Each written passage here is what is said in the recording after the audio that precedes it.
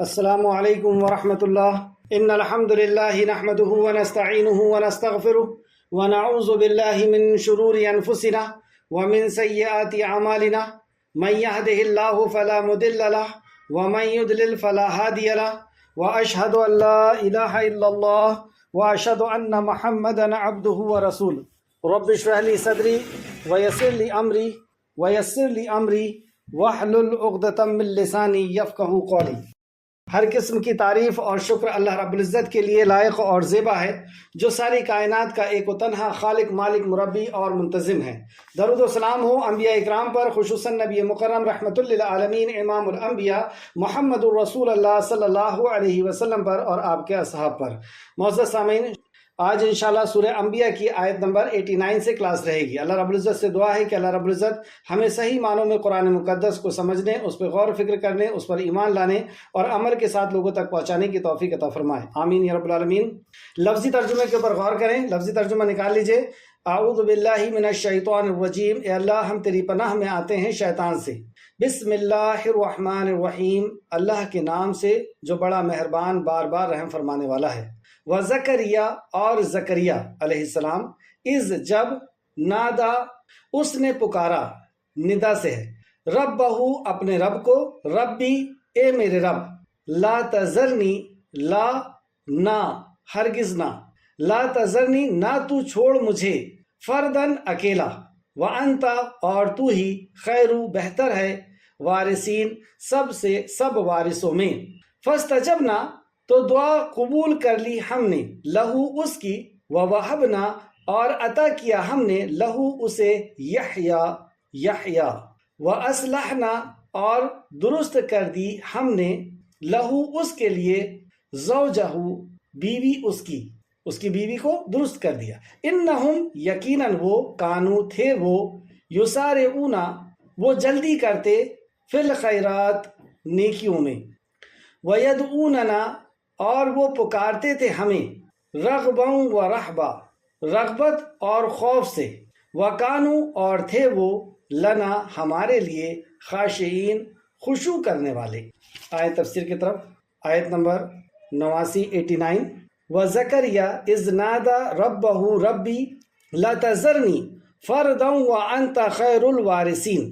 اور یاد کریے زکریا کو، یہاں سے زکریا علیہ السلام کا واقعہ شروع ہو رہا ہے۔ جب اس نے اپنے رب کو پکارا، تو زکریا علیہ السلام، جیسے پچھلے انبیاء علیہ السلام کے تعلق سے ہم پڑھ رہے ہیں کہ اللہ سے مدد طلب کی، اللہ کو پکارا اپنی فریاد کے لیے، اے میرے رب تو مجھے اکیلا نہ چھوڑ، اور تو بہترین وارث ہے، خیر الوارثین، وارث پیا سنے ہوں گے آپ نے، کون ہے وارث پیا؟ وارث عطا کرنے والا کون ہے؟ انبیاء علیہ السلام کسے وارث عطا کرنے والا بتا رہے ہیں، اور یہ عقیدہ ہمیں سکھا رہے ہیں کہ وارث تو صرف اور صرف خالق کائنات ہے، اور وہی بہتر وارث ہے، وہی عطا کرنے والا ہے۔ معزز سامعین، ہم سورہ انبیاء پڑھ رہے ہیں۔ سورہ انبیاء مکی سورت ہے، اور پورے قرآن میں 26 انبیاءوں کا ذکر ہے، اور اس ایک سورت میں 16 انبیاء کا ذکر ایک ساتھ اللہ سبحانہ تعالیٰ نے ایک ہی سورت میں کیا، 16 انبیاء۔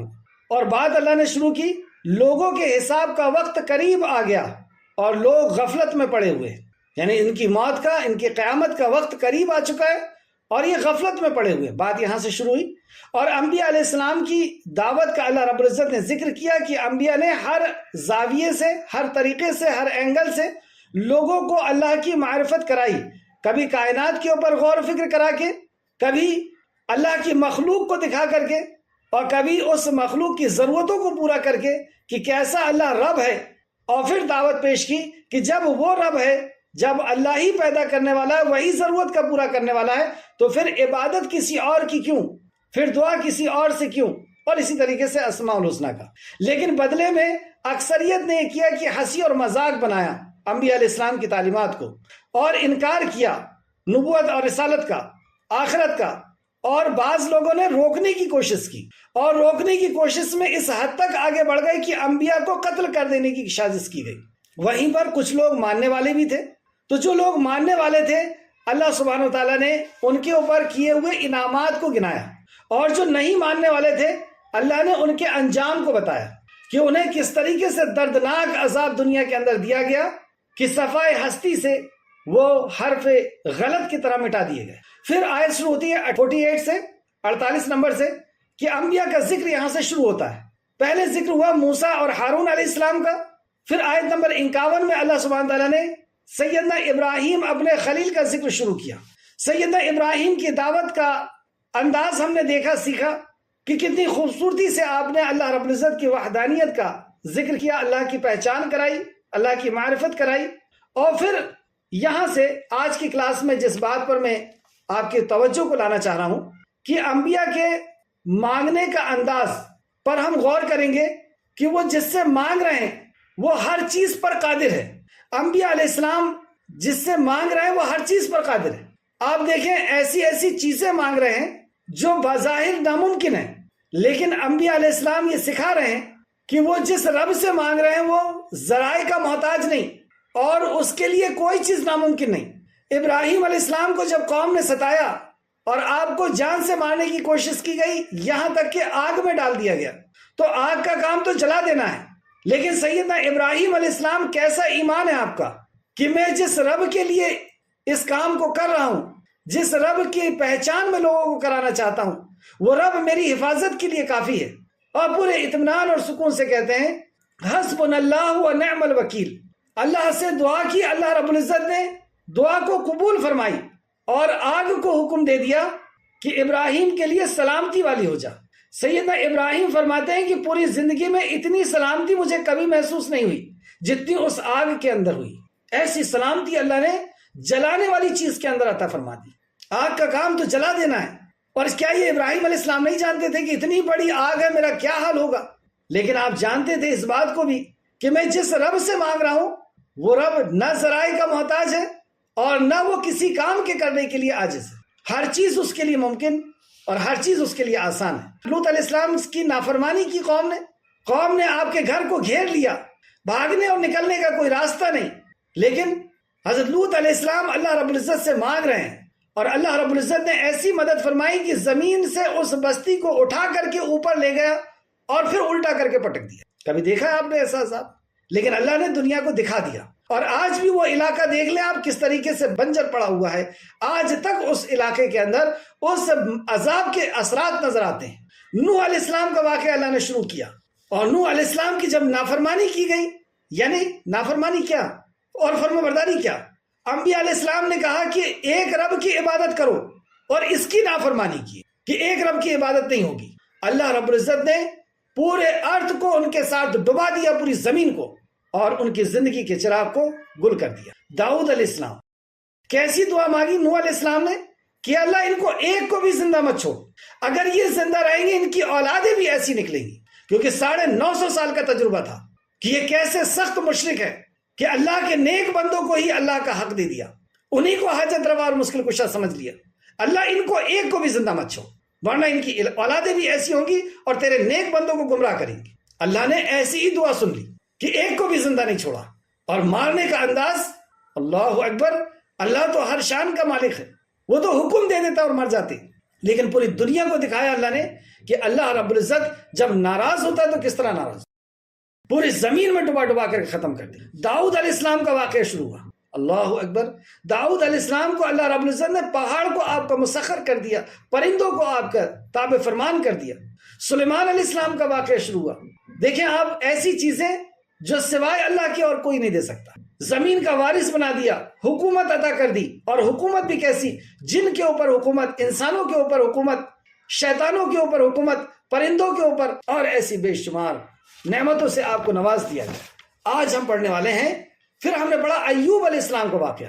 ایوب علیہ السلام بیماریوں میں اس قدر ملوث ہو گئے، یعنی اللہ کے آزمائش میں اس طریقے سے آ گئے کہ جسم سے اسکن یعنی چمڑا اور گوشت تک ٹوٹ ٹوٹ کر کے گرنے لگا۔ لوگ بازو میں بیٹھنا پسند نہیں کرتے، شہر کے کونے میں رہنے پر مجبور ہو گئے، بیوی لوگوں کے گھر کام کرنے پر مجبور ہو گئی، اللہ سے دعا کر رہے ہیں۔ اللہ اکبر، کیسی دعا قبول کی اللہ نے کہ پہلے جیسا کر دیا، اور بلکہ اتنی ہی نعمت اور عطا کر دی کہ خود بیوی بھی نہیں پہچان پا رہی۔ کیسا قبول کرنے والا اللہ، کس رب کے ماننے والے ہم آج بتانے کا میرا مقصد یہی ہے کہ ہم کس رب کے ماننے والے ہیں، ذرا اس کو ہم پہچانے تو صحیح، اس کی معرفت تو حاصل کریں، تب ہم اس کو اس انداز میں پکاریں گے۔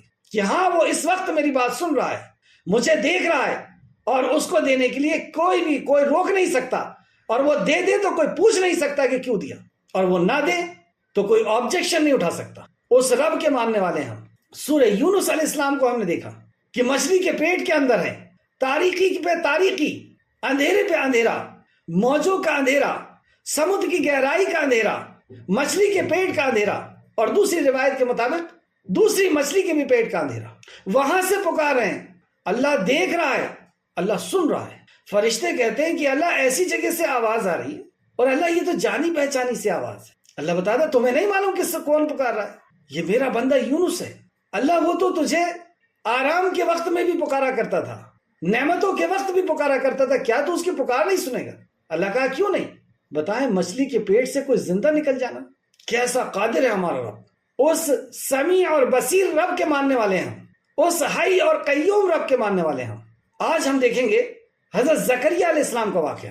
اللہ رب العزت یہاں فرماتا ہے، اور یاد کرو زکریا کو، وَزَكَرْيَا إِذْ نَادَى رَبَّهُ رَبِّي لَا تَذَرْنِي، اور یاد کرو زکریا کو جب اس نے اپنے رب کو پکارتا ہے، اپنے رب کو پکارا تھا۔ پیچھے ہم پڑھ چکے ہیں کہ کس انداز میں پکارا تھا، اے میرے رب تو مجھے اکیلا نہ چھوڑ، اور تو ہی بہترین وارث ہے، وارثن تو ہی بہترین وارث ہے۔ پھر ہم نے اس کی دعا کو قبول کی۔ دوسرے مقام پر بھی ہم نے پڑھا تھا پچھلے، کہ جب اللہ نے دعا کو قبول کی اور خبر پہنچا دی جبرائیل علیہ السلام سے، تو کہتے ہیں اللہ کیسے ہوگا اولاد؟ میں تو بوڑھا ہو چکا ہوں، میری بیوی بھی بچے کی صلاحیت نہیں رکھتی، میرے بال بھی بھڑک اٹھے ہیں، میری ہڈی بھی کمزور ہو چکی ہے۔ یعنی خود بتا رہے ہیں کہ اسباب پورے ختم ہو چکے، اسباب نہیں اللہ، لیکن ساتھ میں کیا کہہ رہے ہیں؟ اے اللہ میں تجھ سے مانگ کے کبھی مایوس نہیں ہوا۔ اللہ اکبر، یہ ہے معرفت کہ اللہ میں تجھ سے مانگ کے کبھی مایوس نہیں ہوا۔ اسباب کچھ نہیں ہے، میں یہ جانتا ہوں، لیکن بغیر اسباب کے دینے والی ذات ہے تو کسی کا محتاج نہیں۔ تو اللہ رب العزت یہاں فرماتا ہے، پھر ہم نے اس کی دعا قبول کی اور ہم نے اسے یحییٰ عطا کیا، بیٹا بھی دیا، نام رکھ کر کے دیا، نام بھی اللہ نے تجویز کیا، اور نبوت کے ساتھ عطا کیا، اور ہم نے اس کے لیے اس کی بیوی کو درست کر دیا۔ بیوی بچے کی صلاحیت نہیں رکھتی تھی، اللہ فرماتا ہے کہ ہم نے اس کو درست کر دیا، بوڑھی ہو چکی ہیں اور پہلے سے ہی بچے کی صلاحیت بھی نہیں ہے۔ زکریا بھی بوڑھے ہو چکے ہیں اور آخری سرحد پر پہنچ گئے ہیں، یعنی میڈیکل سائنس کے مطابق ناممکن ہے کہ اولاد ہو جائے، ناممکن ہے۔ جیسے آگ کے لیے ناممکن ہے کہ اس میں کوئی زندہ بچ جائے، مچھلی کے پیٹ میں جانے سے ناممکن ہے بچ جائے، اور بھی جو ہم نے واقعات پڑھے۔ لیکن کیا رہے؟ اے اللہ میں تجھ سے مانگ کے کبھی مایوس نہیں ہوں، پورا یقین کہ میرا رب ہر چیز پر قادر ہے، وہ سن رہا ہے، دیکھ رہا ہے، جان رہا ہے، وہ ساری کائنات کا خالق اور مالک ہے۔ میں کسی انسان کو نہیں پکار رہا، میں کسی فرشتے کو نہیں پکار رہا، میں کسی جن کو نہیں پکار رہا، میں کسی شیطان کو نہیں پکار رہا، میں کسی دھاگے پر یقین نہیں رکھ رہا، میں کسی پتھر اور پیڑ پر یقین نہیں رکھ رہا، میں کسی جانور، نعوذ باللہ۔ میں جس رب کو ماننے والا ہوں وہ ساری کائنات کا خالق اور مالک، الحمدللہ رب العالمین، سارے عالم کا رب ہے، خالق، مالک، مدبر ہے۔ تو اللہ فرماتا ہے کہ ہم نے اس کی بیوی کو ٹھیک کر دیا، بے شک۔ تو اللہ رب العزت نے انہیں اولاد عطا فرما دی، یہ معجزاتاً طور پر۔ اور آگے اسی سے ملتا جلتا ایک اور ذکر آ رہا ہے۔ یہاں ہم نے دیکھا کہ بوڑھے ماں باپ کو اولاد ہو رہی ہے، جو ناممکن ہے کہ اولاد ہو سکے، اور اسی طریقے سے ایک جوان خاتون بغیر شوہر کے اللہ رب العزت اسے اولاد دے رہا ہے، ناممکن بات، بغیر شوہر کے اولاد کیسے ہو؟ لیکن اللہ رب العزت نے اولاد پیدا کیا، اور جسے تم ناممکن سمجھتے ہو کہ دودھ پیتا ہوا بچہ، گود کا بچہ، 1 دن کا یا 2 دن کا بچہ بولے، بات کر سکتا ہے، اس نے بول کر کے بتایا، اور دنیا گواہ ہے اس بات کی۔ پچھلی کتابوں کو آپ اٹھا کر کے دیکھ لیں، ہسٹری کو آپ اٹھا کے دیکھ لیں کہ گود سے عیسیٰ علیہ السلام اپنی ماں کی پاک دامنی کی گواہی دے رہے ہیں، اور اپنے تعلق سے بتا رہے ہیں کہ میں اللہ کا بندہ ہوں، پہلے بندہ ہوں بتا رہے ہیں، پھر کہہ رہے ہیں کہ میں نبی ہوں، بیٹا نہیں ہوں، بندہ ہوں، نبی ہوں۔ یہاں پہ ایک تھوڑا سا بات رہ گئی ہے۔ اللہ یہاں فرماتا ہے، اور بے شک وہ یعنی پچھلے نبیوں کا جو ذکر ہوا ہے ان کے تعلق سے بات ہو رہی ہے۔ بے شک وہ یعنی انبیاء علیہ السلام نیکیوں میں جلدی کرتے اور ہمیں رغبت اور ڈر سے پکارتے تھے، اور وہ ہمارے لیے ہی عاجزی و انکساری کرتے تھے۔ خاشعین کا لفظ ہے، خاشعین کے تعلق سے حسن رحمۃ اللہ علیہ، قتادہ رحمۃ اللہ علیہ اور ضحاک رحمۃ اللہ علیہ کا قول ہے کہ عاجزی و انکساری خاشعین کا مطلب ہے۔ تو انبیاء علیہ السلام کی 3 یا 4 خوبیوں کو یہاں پہ اللہ رب العزت نے ذکر کیا۔ پہلی خوبی بتائی کہ وہ نیکیوں میں جلدی کرتے تھے۔ ہمارا کیا حال ہے؟ انبیاء علیہ السلام کیوں آئے؟ کہ ہم ان کی اتباع کریں، جو انبیاء علیہ السلام نے کیا وہ ہم کریں، اور ہمارے لیے نبی مکرم محمد الرسول اللہ صلی اللہ علیہ وسلم اتباع کے لیے اللہ رب العزت نے منتخب کیا۔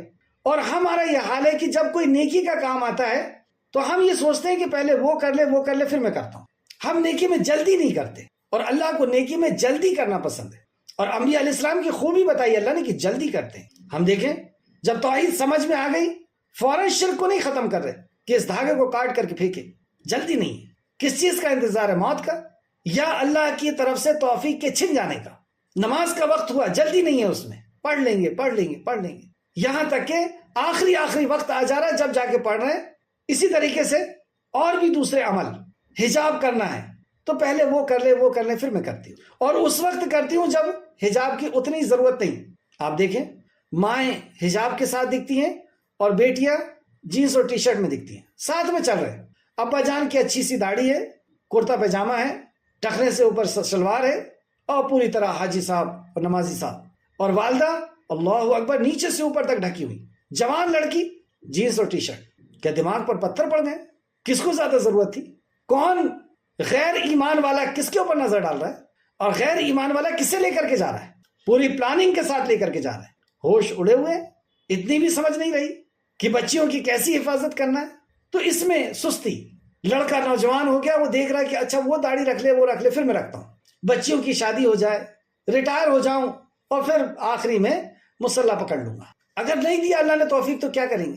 کئی بوڑھوں کو میں نے دیکھا ہوں کہ اللہ نے توفیق نہیں دیا آخری ٹائم میں۔ تو نیکی میں جلدی کرنا، اللہ ہم سب کو توفیق عطا فرمائے کہ جیسی نیکی دیکھیں فوراً لپکیں اس میں، میرا رب راضی ہو جائے گا۔ اور دوسری بہت بڑی خوبی، اور ہمیں رغبت اور ڈر سے پکارتے ہیں۔ رغبت اور ڈر 2 چیز، جیسے کہ سورہ بنی اسرائیل آیت نمبر 57 میں بھی اللہ نے فرمایا کہ رحمت کی امید کے ساتھ اور عذاب کے ڈر کے ساتھ پکارتے ہیں۔ مومن کی صفت بتائی وہاں کہ اللہ کی رحمت کے ساتھ اور اللہ کے عذاب کے ڈر کے ساتھ وہ نیکی کا کام کرتے ہیں، اللہ کو پکارتے ہیں۔ تو پرواز کے 2 راز ہیں۔ پرواز کا یہ راز ہے، پرواز یعنی اونچی اڑان۔ جب پرندہ اونچی اڑان اڑتا ہے تو اونچی اڑان اڑنے کے پیچھے اس کے پیچھے ایک راز ہوتا ہے، اور راز کیا ہے؟ 2 پر، اور دونوں پروں کے ساتھ وہ اونچی اڑان تک پہنچتا ہے، اونچائی تک پہنچتا ہے۔ اگر ایک پر ٹوٹ گیا تو نہیں اڑ سکتا، کٹ گیا تو نہیں اڑ سکتا۔ دونوں پر چاہیے، ایک جیسے چاہیے، بیلنس چاہیے اس پہ۔ یہ ہے وہ 2 عقیدہ جو ایک مومن کا نہیں ہوا تو وہ ہرگز پرواز نہیں کر سکتا، وہ ہرگز اونچائی پہ نہیں پہنچ سکتا۔ ایک ہے اللہ کی رحمت کی امید ہو سے، اور دوسرا اللہ کے اپنے گناہوں کے کا ڈر ہو سے، اللہ کی پکڑ کا ڈر ہو سے۔ کچھ لوگ اسی 2 عقیدے کو نہ سمجھنے کی وجہ سے گمراہ ہوئے۔ کچھ نے کہا کہ کیا اللہ رحمان نہیں ہے؟ کیا اللہ کی رحمت سے مایوس ہوتے ہو؟ اللہ کیا کئی ماؤں سے زیادہ محبت کرنے والا نہیں ہے؟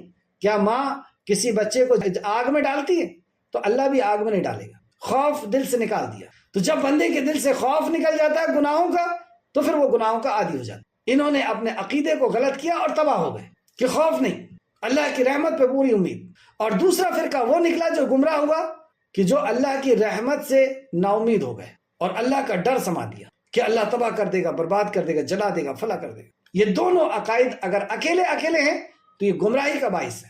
دونوں چیز ایک مومن کے اندر، یہ دونوں چیز ایک وقت ہوتی ہے کہ اپنے گناہوں سے ڈرتا بھی ہے، اللہ کی پکڑ سے ڈرتا بھی ہے، اور اللہ سے امید بھی ہے، اور وہ رغبت اور ڈر سے پکارتے ہیں، اللہ کی رحمت کی امید اور عذاب کے ڈر سے پکارتے۔ دوسری صفت، پہلا جلدی کرتے، اور دوسری صفت یہ بتائی۔ تیسرا، اور وہ ہمارے لیے ہی عاجزی و انکساری کرتے ہیں، ہمارے لیے ہی، اخلاص، دنیا کے لیے نہیں، شہرت کے لیے نہیں، دولت کے لیے نہیں، بڑی سیٹ کے لیے نہیں، ہمارے لیے کرتے ہیں۔ اللہ، اور اگر اللہ کے لیے نہیں کیے تو کل حشر کے میدان میں اللہ کہے گا جس کے لیے کیا تھا جا اس سے مانگ لے۔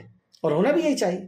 کسی کو ہم نے حاضری پر رکھے اور وہ دن بھر صبح سے شام تک بازو والے کے لیے کام کیا، اس نے بازو والے کے لیے کام کیا، اور شام کو ہم سے پیمنٹ لینے آئے، ہم کیا بولیں گے؟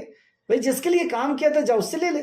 اللہ بھی یہی کہے گا کہ لوگ تیری تعریف کریں اس لیے کیا تھا، لوگ تجھے دولت دیں، سیٹ دیں، اس لیے کیا تھا، جا اس سے لے لے بدلہ، تو نے اس کے لیے کیا تھا نا۔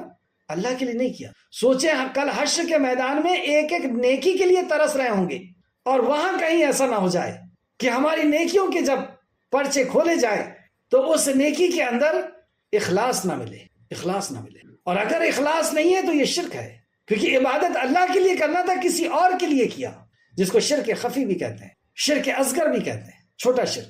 یہ شرک دائرے اسلام سے تو نہیں نکالتا، لیکن نیکی کو تباہ کر دیتا ہے. اور یہی شرک سب سے پہلے انسان کو جہنم میں لے کے جائے گا. سب سے پہلے 3 انسان، نبی مکرم صلی اللہ علیہ وسلم نے فرمایا، مسلم شریف کی حدیث، مشہور حدیث، کہ اس میں عالم بھی ہے، اس میں صدقہ اور خیرات کرنے والا بھی ہے، اور سب سے پہلے اس میں شہید بھی ہے. لیکن جب نیتوں کو نکالے گا اللہ رب العزت، انما الاعمال بالنیات، عمل کا دار و مدار تو نیت پر ہے. تمہاری نیت کیا ہے اس عمل کے پیچھے؟ لوگ واہ واہی کریں اور وہ ہمارے ہی لیے عاجزی و انکساری کرتے تھے. یہ 4 صفت بتا. آگے ہے آیت نمبر 91، واللتی احسنت، اور اس عورت کو جس نے اپنی شرمگاہ کی حفاظت کی تھی. اشارے میں بات ہو گئی اور دنیا جان گئی کہ یہ وہ معزز خاتون ہے کہ جس نے اللہ رب العزت کی رضا کے خاطر، اپنے رب کو راضی کرنے کے خاطر اپنے آپ پر الزام بھی برداشت کر لیا. اور کتنا بڑا الزام برداشت کر لیا کہ لوگ اور وہ اللہ رب العزت انہیں غارت کرے، تباہ اور برباد کرے. یہودیوں، اللہ تباہ اور برباد کرے ایسے لوگوں کو. بتانے کا مقصد یہاں صرف یہ ہے کہ یہ وہ معزز خاتون ہیں کہ جن کی پاک دامنی پورا شہر، پورا علاقہ جانتا تھا کہ یہ کیسے گھرانے سے ہیں. یہ عمران کی بیٹی ہیں، حنا کی بیٹی ہیں، اور زکریا کی کفالت میں یہ بڑی ہوئی ہیں علیہ السلام. پورا چرچا تھا آپ کی پاک دامنی کا. لیکن اللہ رب العزت کا حکم تھا کہ تمہیں اسی حالت میں ایک بیٹے کو جنم دینا ہے. اللہ کی رضا، اللہ اس سے راضی ہوگا، مان گئی. اللہ کو راضی کرنے کے لیے ہم نے کیا کیا؟ کبھی غور کیا آپ؟ ہم نے کون سی قربانی دی؟ یہ 4 معزز خاتون میں ایک ہیں، یہ ایسی نہیں بن گئی. یہاں پہ آپ کی پاک دامنی کا اللہ رب العزت نے ذکر. اور بہنوں، آپ کے پاس اگر کوئی سب سے قیمتی چیز ہے تو وہ یہی عزت ہے، جو کانچ سے بھی زیادہ کمزور ہے. ایک بار ٹوٹ گئی، ختم ہو. اس کی حفاظت کریں. اس سے زیادہ قیمتی زیور آپ کا کچھ بھی نہیں. یہ زیور اگر چلا گیا، سب کچھ چلا گیا. اور یہ زیور اگر بچ گیا تو کوئی زیور نہ ہو، شوہر اپنے گلے کا اور اپنے سر کا تاج بنا کے رکھے گا. اور یہ زیور اگر چلا گیا تو باپ بھی، بھائی بھی اور شوہر بھی، ہر کوئی دھتکاریں گے. اتنا قیمتی زیور ہے. اور یہ کانچ سے بھی زیادہ نازک ہے، ذرا سے میں ٹوٹ کر کے بکھر جائے گا. اور باطل طاقتیں اسی کو توڑنے پہ لگی ہوئی. صرف کچھ دور تک لے کر کے جائیں گے، ویڈیو بن جائے گی، اور اس کے بعد پوری زندگی اس داغ کو نہیں مٹا پائیں گی، اس داغ کو نہیں مٹا پائیں گی. روزانہ ہو رہا ہے، روزانہ ہو رہا ہے. اپنی عظمت، اپنی عظمت، اپنی عصمت، اپنی حیا اور اپنی پاک دامنی کا خیال کریں. آپ کی عزت کے ساتھ ساتھ آپ کے خاندان کی عزت بھی ہے. آپ کی عزت کے ساتھ ساتھ آپ کے باپ کی عزت بھی ہے، جو پھر کسی کو نظریں ملا کر کے بات کرنے کے قابل نہ بچے گا، کسی کے ساتھ کھڑا ہونے کے قابل نہ بچے گا، وہ دوستوں کو منہ دکھانے کے قابل نہ بچے گا. وہ سوچے گا کاش میں مر جاؤں.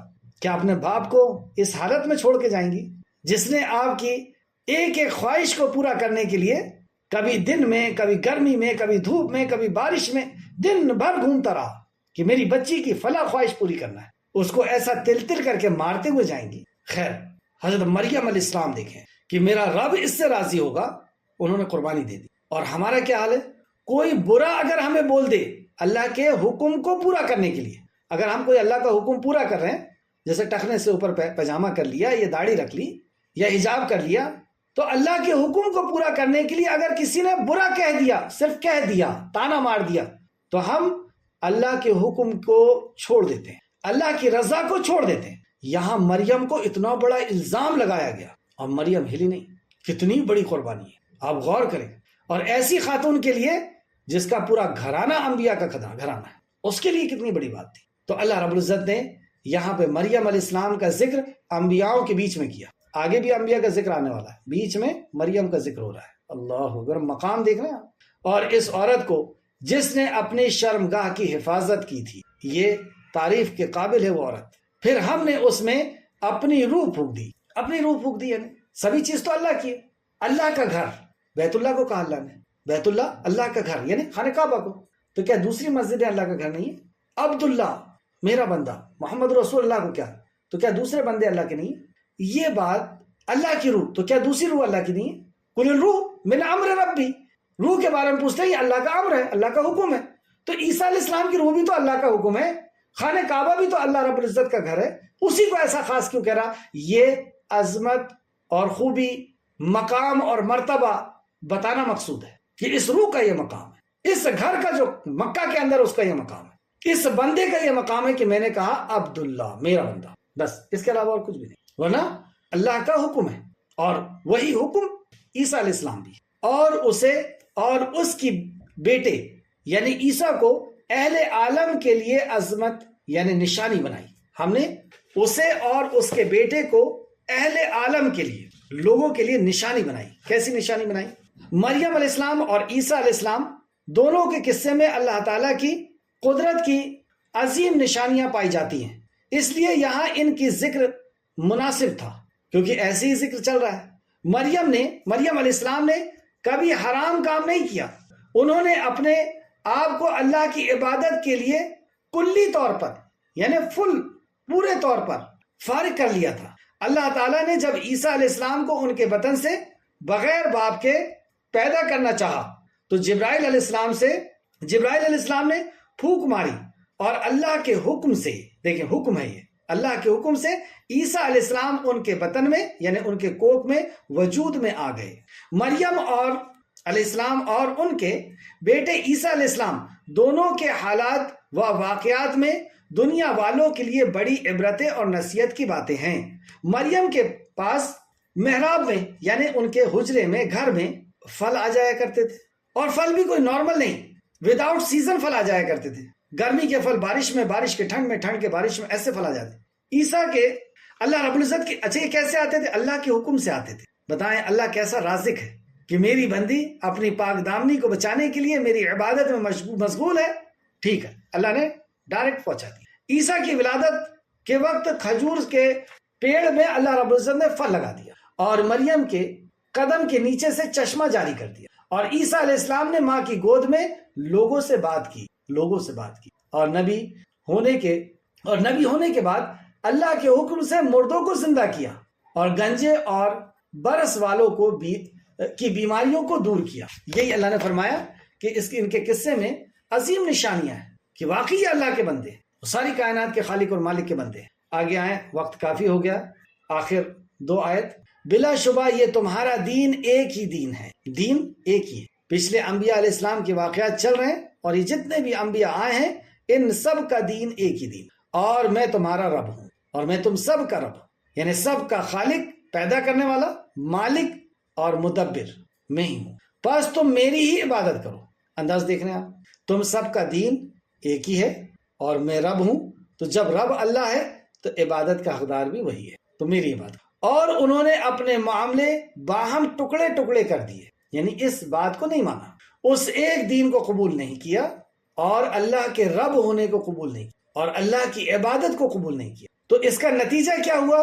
ان کے اندر سے اتحاد اور اتفاق ختم ہو گیا، یہ ٹکڑے ٹکڑے ہو گئے، اپنے آپ کو، اپنے وجود کو کھو دیا، جانور سے بھی بدتر ہو گئے اس معاملے میں۔ آپ دیکھیں کوئی بھی جنگل میں جب آپ جائیں تو ہر جانوروں کا، ہر پرندوں کا ایک جھنڈ ہوتا ہے، اور جھنڈ کے اندر وہ خوبصورت نظر آتے ہیں، ان کی خوبصورتی ہوتی ہے، ان کی یونٹی نظر آتی ہے، اور جب کوئی اٹیک کرتا ہے تو پورے مل کر کے اس کی دفاع کرتے، اس کو الگ کرنے، اپنے جھنڈ سے، اپنے جھنڈ میں نقصان پہنچانے سے اس کو الگ کر لیں۔ جانوروں کی فطرت بتا رہا ہوں میں کہ وہ جھنڈ میں رہنا اپنی شان سمجھتے ہیں، ایک دوسرے کو تقویت پہنچاتے ہیں، اور ایک حقیر سا کیڑا جسے ہم سمجھتے ہیں شہد کی مکھی، اس کے گھر میں اگر آپ نے پتھر مارا پوری مکھی مل کر کے اٹیک کرتی، جبکہ مارا ہے آپ نے ایک مکھی۔ یہاں ایک انسان کو اگر مارا جا رہا ہے تو دوسرے انسان دیکھتے ہیں یہ ہے کون، ہندو ہے، سکھ ہے، عیسائی ہے، مسلمان ہے، اتنے بدتمیز ہو گئے۔ جو خوبی جانوروں میں نظر آ رہی ہے، کیڑوں مکوڑوں میں نظر آ رہی ہے، وہ تک خوبی نہیں رہی، اور جب یہ اتحاد و اتفاق ختم ہو جاتا ہے پھر کچھ نہیں بچتا۔ آپ دیکھیں سمندر سے اگر ایک بوند ہٹ جائے تو اسے ہوا اڑا دیتی ہے، اس کی وقت ختم ہو جاتی ہے، اور اگر وہ بوند سمندر میں ملا رہے تو وہ بوند نہیں سمندر کہلاتا ہے، اور سمندر سے ہٹ گیا تو پھر اس کی وقت بوند کی ہو جاتی ہے۔ چٹان سے اگر ریت ہٹ گئی وہ ڈسٹ کہلاتی ہے، چٹان نہیں کہلاتی۔ چٹان اگر کسی کے سر پہ گر گئی اس کو ختم کر دے گی، لیکن یہ ریت یہ ہوا میں اڑ جاتی ہے۔ تو اگر ہم مل کر کے نہیں رہے، انسان ہو کر کے بھی، تو انسان ٹوٹ کیوں گیا؟ کیوں فرقوں میں بٹ گیا؟ وجہ یہ ہے جو آیت نمبر 92 میں بتائی گئی کہ تمہارا دین ایک تھا، تمہارا مذہب ایک تھا، اور دین کیا؟ کہ رب ایک ہے۔ اتحاد اور اتفاق آ سکتا ہے تو صرف اور صرف اس کا یہی ایک نقطہ ہے، اس کے علاوہ اس انسانیت کو آپ ایک پلیٹ فارم پہ ہرگز نہیں لا سکتے کہ وہ ایک رب کی عبادت پہ آ جائے، توحید کے ماننے والے ہو جائیں۔ آج دیکھیں آپ، ایک توحید پرست دوسرے توحید پرست کے لیے کیسی جان نچھاور کرتا ہے، کیسی اس کے اندر اگر لڑائی ہو جائے صبح شام کو مل جائے گا۔ عجیب و غریب طاقت ہے یہ توحید کی، کیا کچھ نہیں دیتی توحید ہمیں کانفیڈنس دیتی ہے، ہمیں پازیٹیو تھنکنگ دیتی ہے، ہمیں ڈپریشن سے بچاتی ہے، ساری باطل طاقتوں کا ڈر ہم سے نکالتی ہے، دلیر بناتی ہے۔ نہیں تو انسان بلی کے نکل جانے سے ڈر کے بیٹھ گیا، الو کے بولنے سے گھر سے نہیں نکل رہا۔ یہاں اللہ نے فرمایا اور انہوں نے اپنا معاملہ باہم ٹکڑے ٹکڑے کر دیا، یعنی امتوں نے اپنے رسول سے اختلاف کیا۔ اختلاف کیا کیا؟ کہ نبی نے کہا کہ رب ایک ہے، اس بات پہ اختلاف کر دیا کہ انہیں کیا ہو گیا، ایک رب کے لیے 360 سے برائی مول لے رہے ہیں، ہم تو اپنے باپ دادا کے طریقے پہ چلیں گے، ہم تو اپنے بڑوں کے طریقے پہ چلیں گے۔ یعنی اپنی امتوں نے اپنے رسول کی مخالفت کی۔ ان لوگوں میں کچھ لوگوں نے تصدیق بھی کی، تو جو تصدیق کی وہ کامیاب اور کامران ہوئے، لیکن جن لوگوں نے مخالفت کی وہ تباہ اور برباد ہوئے۔ یہاں پر امتن سے مراد دین ملت ہے۔ اللہ تعالیٰ نے تمام انسانوں کو مخاطب کر کے فرمایا کہ مذکورہ بالا آیات، یعنی جو آیت ہم نے پڑھی ہے، جن انبیاء کا ذکر آیا ہے ان کے علاوہ بھی سیدنا آدم علیہ السلام سے لے کر نبی مکرم محمد الرسول اللہ صلی اللہ علیہ وسلم تک جتنے انبیاء گزرے ہیں، سبھی عقیدہ اور دین ایک تھا، سب کا عقیدہ اور دین ایک تھا۔ بس عقیدہ توحید پر قائم اور اس کی دعوت دینے والے تھے، عقیدہ توحید پر قائم اور اس کی دعوت دینے والے۔ ہر نبی نے اپنے عہد کے لوگوں کو توحید باری تعالیٰ کی دعوت دی، شرک سے ڈرایا اور انہیں بتایا کہ اللہ تعالیٰ ہی تمام مخلوقات کا رب ہے، اس لیے صرف اسی کی عبادت کرنی چاہیے، اور عبادت میں اطاعت بھی ہے، اور عبادت کا مطلب بھی اطاعت ہے۔ لیکن انبیاء کے دنیا سے گزر جانے کے بعد ان کی امتیں اصل توحید سے دور ہوتی چلی گئیں اور مختلف جماعتوں اور فرقوں میں بٹتے گئے۔ کسی نے اپنے آپ کو یہودی کہہ دیا، کسی نے اپنے آپ کو نصرانی کہہ دیا، اور کوئی بت پرست ہو، جبکہ اصل دین اسلام کا نام ان کے ذہن سے نکل گیا۔ اصل دین اسلام کا نام ان کے ذہن سے نکلا۔ آپ دیکھ سکتے ہیں ایک ہی دین تھا۔ اس کے تعلق سے سورہ مومنون آیت نمبر 52 میں اللہ فرماتا ہے وَإِنَّ هَذِهِ أُمَّتُكُمْ أُمَّةٌ وَاحِدَةٌ وَأَنَا رَبُّكُمْ فَاتَّقُونَ۔ ترجمہ، اور بے شک یہ تمہاری امت ہے جو ایک ہی امت ہے، اور میں تمہارا رب ہوں سو مجھ سے ڈرو۔ اور یہ بے شک تمہاری امت ایک ہی امت ہے، یعنی دین جو ہے وہ ایک ہی ہے۔ ایک اور چیز سمجھیں، سیدنا ابو ہریرہ رضی اللہ عنہ بیان کرتے ہیں رسول اللہ صلی اللہ علیہ وسلم نے فرمایا میں سب لوگوں سے زیادہ عیسیٰ ابن مریم علیہ السلام کا حقدار ہوں، دنیا اور آخرت دونوں میں، اور انبیاء، اب یہاں سے بات سنیں، اور انبیاء سب اللاتی بھائی ہیں۔ اللاتی بھائی اس کو کہتے ہیں جن کے باپ ایک ہوں اور مائیں الگ الگ ہوں۔ یہ اس انداز میں سمجھا رہے ہیں کہ سب اللاتی بھائی ہیں، تاہم ان کی مائیں جدا جدا ہیں اور دین سب کا ایک ہے۔ مائیں جدا جدا ہیں اور دین سب کا ایک ہے۔ مطلب کیا ہوا کہ دین عقیدہ توحید ایک ہے، عقیدہ ایک ہے، اور مسائل وقت کے اعتبار سے بدلے ہیں، وقت کے اعتبار سے مسائل بدلے۔ جیسے آدم علیہ السلام کی شریعت میں پہلی بار میں جو لڑکا اور لڑکی ہوئے ہیں، دوسری بار میں پھر بیٹا اور بیٹی ہوئے ہیں، تو پہلی بار سے دوسری بار میں نکاح ہو جائے گا، آپس میں نہیں، پہلی بار کے دوسرے بار میں نکاح ہو جائے گا۔ ابراہیم علیہ السلام کی شریعت میں دو بہنوں کو نکاح میں رکھ سکتے تھے، سجدہ تعظیمی جائز تھا، ریسپیکٹ کے لیے سجدہ، لیکن ہماری شریعت میں یہ ساری چیزیں بند ہو گئی۔ پچھلی شریعت میں مال غنیمت جائز نہیں تھا، ہماری شریعت میں مال غنیمت جائز۔ تو یہ وقت کے اعتبار سے، امت کے لوگوں کے اعتبار سے مسائل کے اندر کچھ بدلاؤ آیا ہے، لیکن دین ایک ہی رہا ہے۔ اور وہ دین کیا، وہ ہم آگے دیکھیں گے۔ اس حدیث کو نوٹ کر لیں کہ سبھی اللاتی بھائی ہیں۔ بخاری شریف حدیث نمبر 3443 3443۔ سیدنا ابو ہریرہ رضی اللہ عنہ بیان کرتے ہیں رسول اللہ صلی اللہ علیہ وسلم نے فرمایا اللہ تمہارے لیے 3 باتیں پسند کرتا ہے، اور 3 باتیں ناپسند کرتا ہے تمہارے لیے۔ اے انسانوں سن لو، تمہارے لیے 3 باتیں پسند کرتا اور 3 باتیں پسند نہیں کرتا۔ وہ پسند فرماتا ہے کہ تم اس کی عبادت کرو، اس کے ساتھ ذرا سا بھی شرک نہ کرو، اس کے ساتھ ذرا سا بھی شرک نہ کرو۔ سب سے پہلی بات اللہ تم سے یہی چاہتا ہے۔ دوسرا، سب مل کر اللہ کی رسی کو مضبوطی سے پکڑو، سب مل کر اللہ کی رسی کو۔ اللہ کی رسی کیا؟ اللہ کی وحی۔ اور اللہ کی وحی کیا ہے؟ اللہ کا کلام، نبی کا فرمان، وحی جلی، وحی خفی، وحی مطلوع، وحی غیر مطلوع، یعنی قرآن اور حدیث۔ اللہ کی رسی کیا ہے؟ قرآن و حدیث۔ تو سب مل کر اللہ کی رسی کو مضبوطی سے پکڑو، سب مل کر کے۔ یہ ایسا فارمولہ ہے جو سورہ نساء آیت نمبر 59 میں ہی بتایا اللہ نے۔ یہی ایک راستہ ہے، یہ سب ایک پلیٹ فارم پہ آ سکتی ہے پوری انسانیت۔ جیسے آج مسلمان بھی کئی ٹکڑوں میں ہیں، سب اپنے اپنے نام کے ساتھ جانے جاتے ہیں اور پسند کرتے ہیں کہ ہم اپنے نام کے ساتھ جانے جائیں کہ میں فلاں ہوں، میں فلاں ہوں، میرا فلاں جگہ سے تعلق ہے، اور میرا فلاں شہر سے تعلق ہے، اور میرا فلاں جو ہے خانقاہ سے تعلق ہے، اور فلاں سے تعلق ہے۔ یہ سب ٹوٹ کر کے جو بکھر گئے ہیں اور اپنے وجود کو کھو دیے ہیں، ان کا ایک پلیٹ فارم پہ آنے کا یہی طریقہ، اطیع اللہ و اطیع الرسول۔ تقریباً 31 مقام پر یہ بات اللہ نے فرمائی۔ تو اطیع اللہ و اطیع الرسول کس طریقے سے؟ جس طریقے سے صحابہ نے کی، یعنی قرآن و حدیث کو کس طریقے سے عمل کریں، کس طریقے سے سمجھیں، کس طریقے سے عمل کریں جیسے صحابہ اکرام نے کیے۔ تو اللہ کی رسی کو مضبوطی سے پکڑ لو۔ کیسے پکڑ لو؟ پریکٹیکل بھی تو چاہیے، جیسے صحابہ اکرام نے پکڑے۔ کیا دلیل ہے اس بات کی؟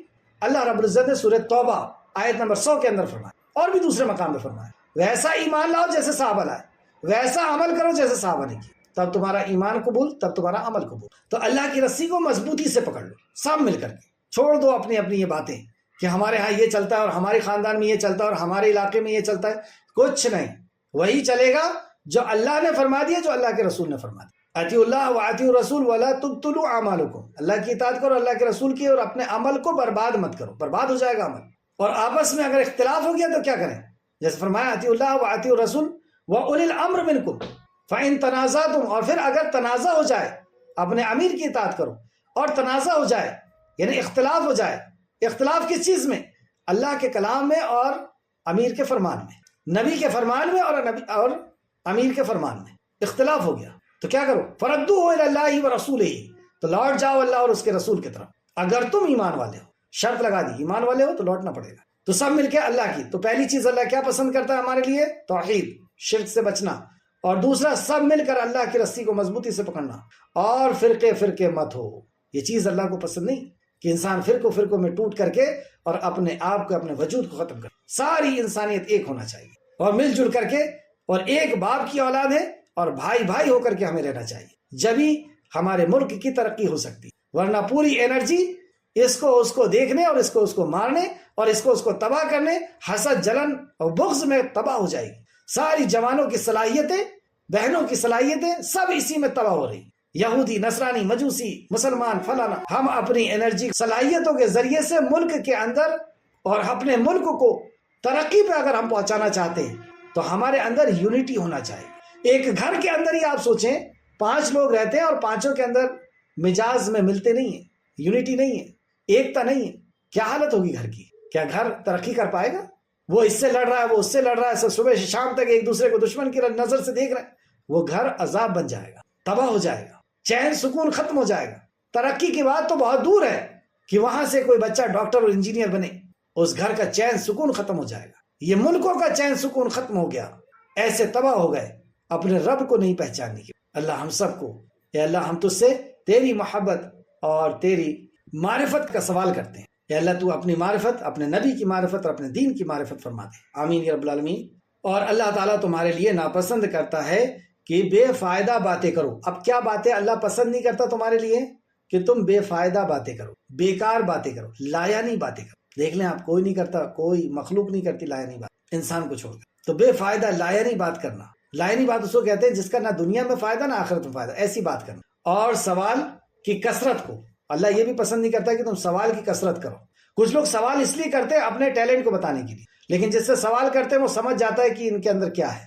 آپ کا سوال آپ کی زبان سے ادا ہوا اور ایک باشعور شخص جو ہے وہ اتنے میں ہی سمجھ جاتا ہے کہ آپ یہ مومن ہے، منافق ہے، کفر کرنے والا ہے، اس کا سوال بتاتا ہے۔ قرآن میں ہم دیکھتے ہیں، پڑھتے ہیں، وہ آپ سے ایسا سوال کرتا ہے، وہ ایسا ہے، اس کو یہ کہو۔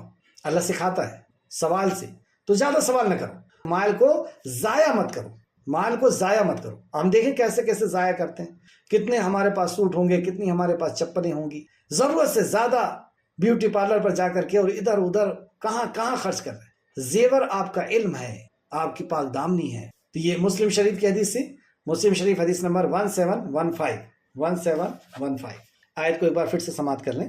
بلا شبہ یہ تمہارا دین ایک ہی دین ہے اور میں تمہارا رب ہوں، بے شک تم میری ہی عبادت کرو۔ سبحان اللہ۔ اور انہوں نے اپنے معاملے باہم ٹکڑے ٹکڑے کر لیے، یعنی یہ انسان ٹکڑے ٹکڑے میں بکھر گئے، بالآخر سب ہمارے ہی طرف لوٹنے والے ہیں۔ اب اللہ نے وارننگ دے دی، خوب اپنے آپ کو ٹکڑوں میں بانٹ لیو، لوٹ کے آؤ گے میرے پاس، پوچھوں گا میں کیا کر کے آئے ہو۔ دنیا میں نفرتیں پھیلا کر کے آئے ہو، بغض عداوتیں پھیلا کے آئے ہو، دشمنیاں پھیلا کے آئے ہو۔ کیسا معاشرہ چھوڑ کے آئے تھے اپنی اولاد کے لیے کہ اس کے لیے بلڈنگ اور بینک بیلنس تو چھوڑ کے آئے تھے، لیکن ایسا معاشرہ چھوڑ کر کے آئے تھے جو ایک دوسرے کو قتل کرنا چاہتا تھا، ایک دوسرے کو دشمن کی نظر سے دیکھنا چاہتا تھا۔ سوچیں ہم کون سا معاشرہ چھوڑ کر کے جا رہے ہیں، کیسا گندا کر دیا ہم نے معاشرے کو، اسی نام پر تو یہودی ہے، نصرانی ہے، فلاں ہے فلاں ہے۔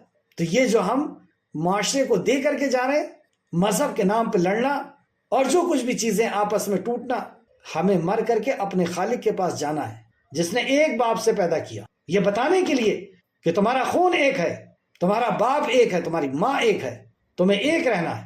یہ جاتی برادری چھوت چھات کہاں سے لا لیے؟ وہ اونچا ہے، یہ نیچا ہے، یہ اس کے ساتھ نہیں کھائے گا، اس کے ساتھ نہیں بیٹھے گا، کہاں سے لائیے؟ تو اللہ پوچھے گا تم سے کہ انسانیت کو اتنے ٹکڑے میں بانٹ کر کے آئے ہو۔ تو اللہ فرماتا ہے بالآخر کتنی ہی کر لو، کتنی تم جو ہے اللہ کی بغاوت اور نافرمانی کر لو، بالآخر آخر میں یہی ہوگا کہ سب ہماری ہی طرف لوٹنے والے ہیں۔ اس چیز کو ہم نہ بھولیں کہ مرنا ہے، کتنا ہی بچنا چاہیں لیکن مرنا پڑے گا، کتنا ہی بچنا چاہیں۔ جس طریقے سے ہم بہت بچنا چاہتے ہیں جب ہمارا کوئی عزیز اور اقارب آتا ہے کہ آج میں نہیں سوؤں گا، سونا نہیں، لیکن نیند ہمارے اوپر غالب آ جاتی ہے، کھڑے کھڑے بیٹھے بیٹھے اونگتے ہیں۔ اسی طریقے سے بہت چاہیں گے کہ نہ مریں لیکن مرنا پڑے گا، اور بہت چاہتے ہیں کہ صبح نہ اٹھیں لیکن اٹھنا پڑتا ہے۔ اسی طریقے سے بہت چاہیں گے بھی، ویسے تو کچھ نہیں چاہ سکتے، کچھ نہیں چلے گا ہمارا، اللہ کی بارگاہ میں اٹھ کے حاضر ہونا پڑے، پھر رب ہمارے اعمال کا حساب لے گا۔ اللہ رب العزت سے دعا ہے کہ خالق مالک یہ یقین ہمارے دلوں میں پیدا کر دے کہ مرنا ہے اور مر کر کے تیرے بارگاہ میں حاضر ہونا ہے۔ اے اللہ جب تک ہمیں زندہ رکھ، ایمان، اخلاص اور عمل صالح کے ساتھ زندہ رکھ، ہمارا خاتمہ بالخیر فرما اور نیکوکاروں کے ساتھ ہمارا شمار فرما، آمین یا رب العالمین۔ السلام علیکم ورحمۃ اللہ وبرکاتہ۔